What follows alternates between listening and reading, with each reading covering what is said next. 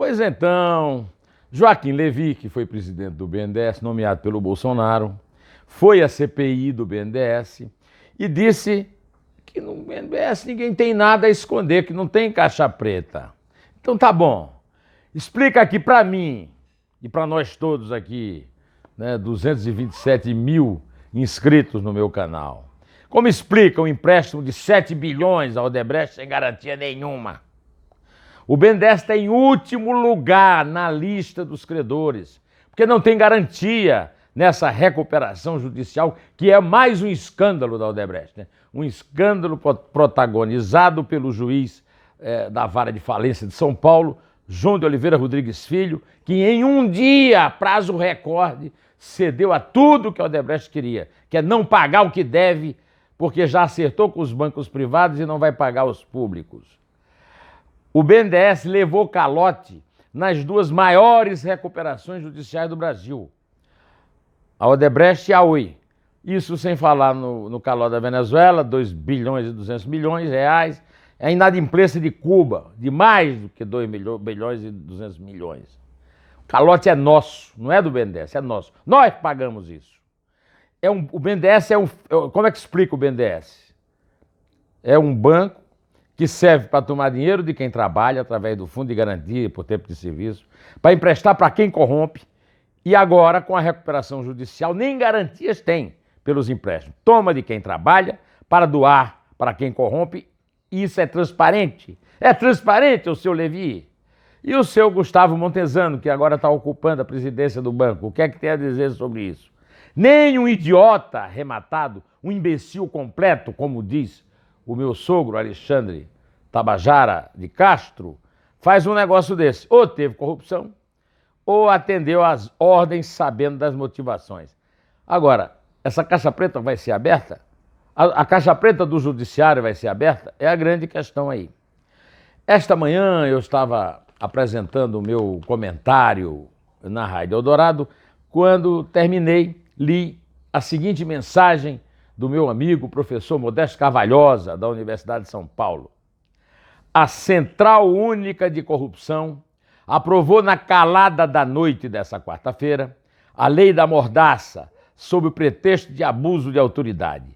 Visa a coibir as ações da Polícia Federal, da Receita Federal, do Ministério Público e da magistratura no combate à corrupção. Ficou mais evidente e cada vez mais evidente que a Central Única de Corrupção domina o Senado, a Câmara e tem o seu grande braço de apoio em determinados e conhecidos componentes do Supremo Tribunal Federal.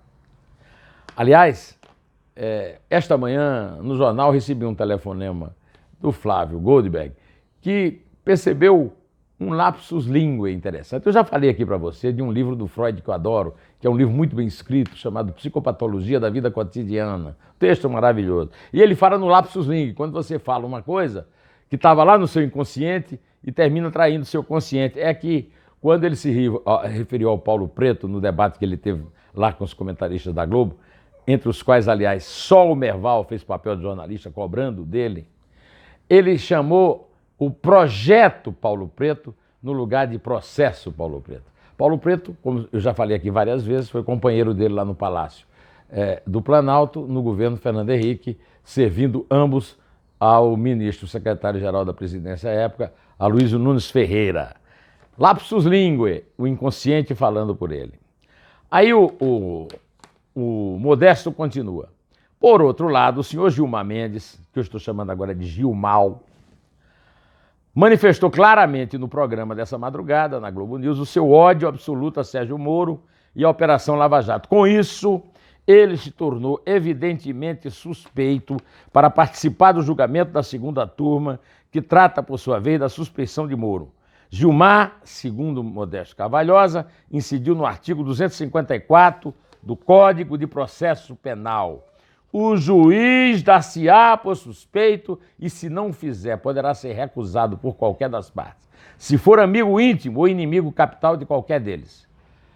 A Procuradoria-Geral da República deve, então, segundo o Modesto, arguir a impossibilidade desse ministro integrar o julgamento. Ontem eu já falei a respeito de outro ministro, né? O nosso trêfego decano do Supremo, Celso de Mello. Aí o Modesto está fazendo uma conclamação às ruas, né? Antes desse julgamento, vai ter o movimento de domingo. E ele diz: precisamos todos comparecer às ruas, mais do que nunca, e em todo o Brasil, no próximo dia 30, para dizermos que o povo brasileiro não aceita esses atentados contra a Lava Jato, contra o combate ao crime e da corrupção que está sendo promovido pelo Congresso Nacional e por determinados ministros do STF. Vamos demonstrar no domingo, dia 30, que todo o poder emana do povo mesmo, diz o Modesto, e eu assumo, a pedido dele, esse compromisso aqui, de falar para você isso. O Tréfego, o Decano e o Gilmar anteciparam os votos.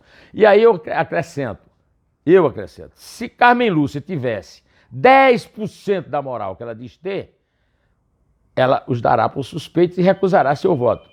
Decide com Fachin e manda levando uísque tomar banho.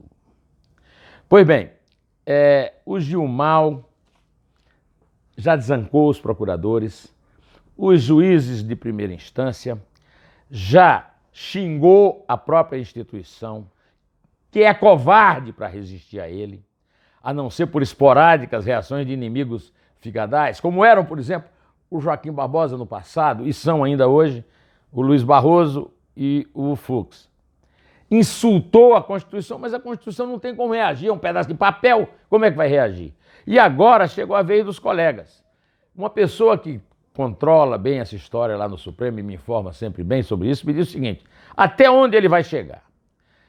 O PT na segunda turma, olha aqui, ontem me chamou a atenção uma foto do público da segunda turma, e lá estavam Jacques Wagner, João Paulo, Humberto Costa, que lá em Recife é conhecido como um certo bosta, Paulo Teixeira, Paulo Pimenta e José Eduardo Martins Cardoso. Acontece o seguinte: foi noticiado por todo mundo, inclusive comentado aqui, que não ia ter o julgamento dos habeas corpus do Lula. Como é que eles souberam? Quem avisou? Quem convidou essa turma para ficar lá na linha de frente, né? Uma linha de 6 elementos, hein? Ora. Eu estou querendo saber, porque é interessante saber se foi o Gilmar ou se foi o Lewandowski, né? É claro que não foi a Carmen Lúcia que convidou, ou muito menos o Fachin, ou ainda o Tréfego Decano, que votou afinal para o Lula ficar preso, né? Bom, antes de concluir, eu queria falar nas omissões em delações premiadas, que é um assunto muito grave. Eu já falei dele na rádio hoje cedo, e como Isabel gostou do comentário, eu vou repetir aqui. Os jornalistas da época e do site Poder 360 tiveram acesso a revelações que o consórcio dos jornalistas investigativos divulgaram uma bomba. A Odebrecht deixou de relatar crimes importantes em sua delação premiada. São pagamentos de propinas volumosos em toda a América Latina, República Dominicana, Peru, Venezuela. 13 mil arquivos com informações que estavam no sistema Drauze, usados pela Odebrecht. Esse arquivo foi apagado, mas ficou um backup. E os procuradores suíços entregaram o backup à Polícia Federal no Brasil. A Joyce deu em primeira mão no jornal dela, e eu vi a Joyce falando nisso. Segundo o Departamento de Justiça dos Estados Unidos, a Odebrecht, entre 2002 e 2016, pagou 788 milhões de dólares em propinas, 3 bilhões e 300 milhões em benefícios ilícitos. A corrupção na Odebrecht era tão grande que foi criado um departamento específico, você lembra disso? O setor de operações estruturadas. A Odebrecht tinha também um banco na Antígua para pagar essas propinas. A corrupção da Odebrecht fez bastante estrago, viu? O vice-presidente do Equador, Jorge Glass, está preso.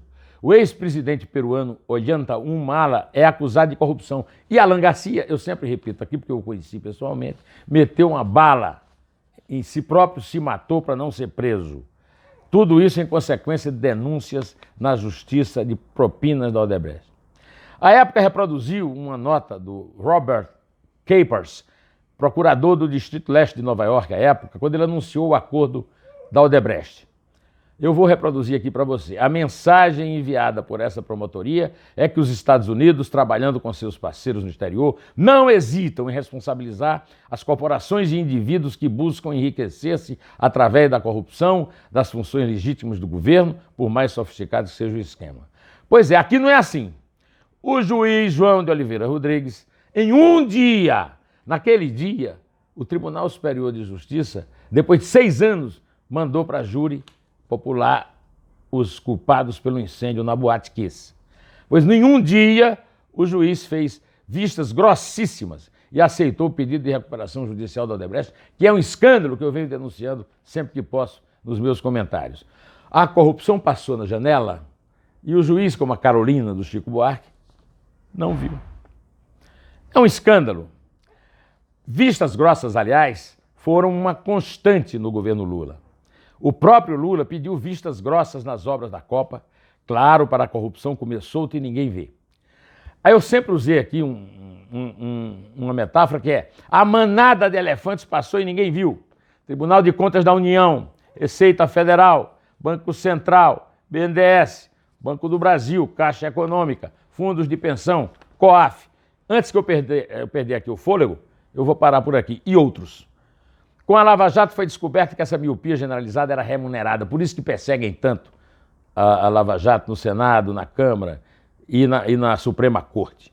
A recuperação judicial da Odebrecht é dar à corrupteira internacional o direito de não pagar os empréstimos que obteve a taxa subsidiada mediante corrupção para sobrar para os Odebrecht, Marcelo e Emílio, para bancos privados, para os advogados e sabe mais para quem. Você sabe? Eu não sei, se eu soubesse eu contava, mas tem. A empresa foi salva, os acionistas foram salvos e os credores que se danem, principalmente os bancos públicos. Ou seja, nós, os bancos públicos, somos nós. A Odebrecht está por aí dizendo que mudou. Mas mudou como? Com os mesmos donos e executivos? O demônio virou santo? Mais provável que o lobo esteja escondido na pele de cordeiro que se tenha convertido num carneiro. A Odebrecht viu que mesmo com acordo de leniência, o lobo se dá muito melhor do que o carneiro, especialmente em recuperação judicial. Então fica uma pergunta. O que motivou o juiz João de Oliveira Rodrigues Filho a não ver que está mudando a Odebrecht, ajudando a Odebrecht a expropriar o povo brasileiro?